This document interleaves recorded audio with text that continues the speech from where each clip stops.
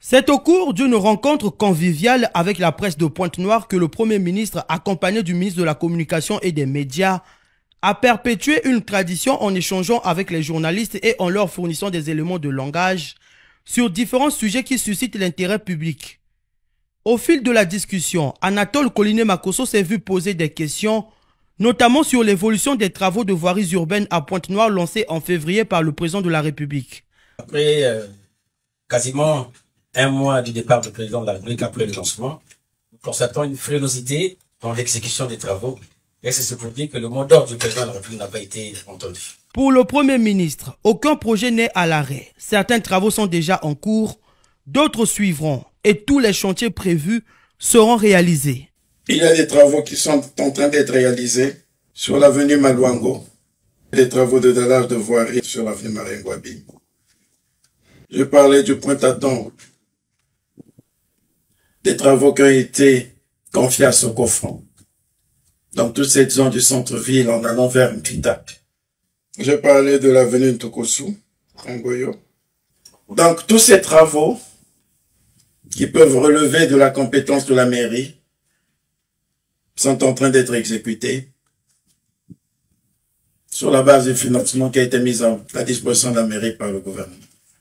Nous avons par la suite des grands travaux. Les consultations restreintes sont faites. On attend simplement qu'avec le travail technique qui est présenté à la direction générale aux grands travaux, que les entreprises soient retenues et que les travaux démarrent. Au plus tard mai, je dis bien, au plus tard mai, tous ces travaux devraient avoir démarré. Par ailleurs, le Premier ministre a pris soin de rectifier une mauvaise interprétation selon laquelle certains Congolais affirment que le gouvernement a cédé des terres au Rwanda. J'ai un décret 2022-258 du 18 mai 2022 portant autorisation expresse d'occuper une réserve foncière. Autorisation expresse d'occuper une réserve foncière de l'État par la société Elevego Congo SAS dans le range de Massangi, district de Yamba. Il s'agit de 11 084 hectares pour une durée d'autorisation expresse d'occuper qui est de 20 ans. Durée qui peut être prolongée dans les mêmes conditions.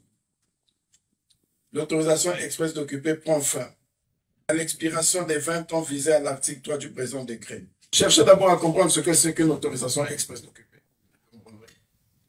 C'est défini dans vos textes. Dès que quelqu'un arrive, moi je veux avoir un projet touristique ici. J'ai besoin de cette belle zone qui est en face de nous. Je me rapproche de l'État, je suis en particulier. L'État dit non, on ne peut pas vous vendre ça.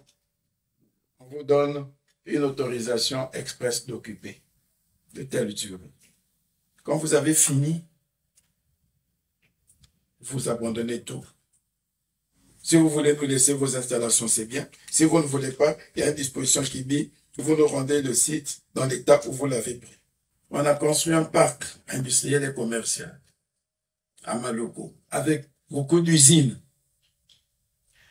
On a fini depuis 2015. Ces usines sont restées là depuis 2015. Achevées. Vous avez toutes sortes d'usines. Une entreprise rwandaise dit, nous on veut être développeurs. On va démarcher pour le Congo. On va chercher des entreprises qui vont faire fonctionner ces usines. On signe une convention.